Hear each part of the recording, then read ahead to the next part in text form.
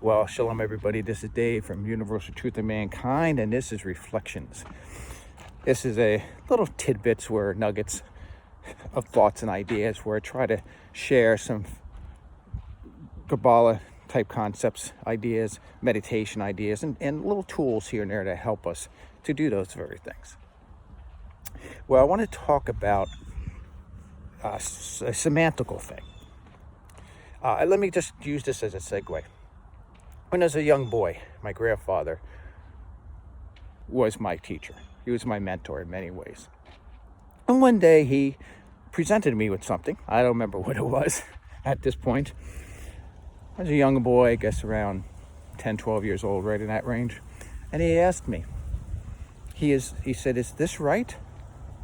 And I looked at Grandpa and I said, "Grandpa, that's correct, not right." And he had a smile on his face, like unbelievable.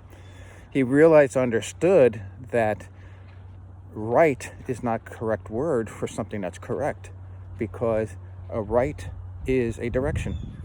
So what you're saying, if you go to the right, then you're doing the right thing, the correct thing. So direction was being confused with correct, which means left was wrong. So it was right and wrong, right and left, correct and wrong. So this is semantics. Plus, when I was younger, in college years, going back quite a while now, I had a class on semantics, was taught by a former military intelligence guy, and he taught us about how language can be manipulated, how definitions can be changed on us to confuse us and to program us accordingly. Great class. Boy, did I learn a lot from that guy.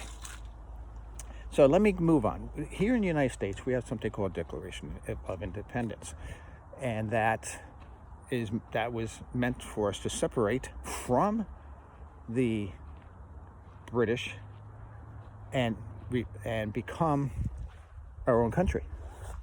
Now, independence is a great word. Nothing wrong with the word. It means that we can self-govern. Great. It's wonderful. Then we also have something called dependence, because we didn't want to be dependent on England either. So let me explain dependence and independence a little more clearer to you. Independence is where we are loners. I'm talking about as an individual, you are a loner. And if you're dependent, it means you can't sustain yourself or make decisions separate from others. And that's not a good thing either. Independence is not necessarily a good thing, being isolated by yourself either. So the two of them need to be joined together, called interdependence.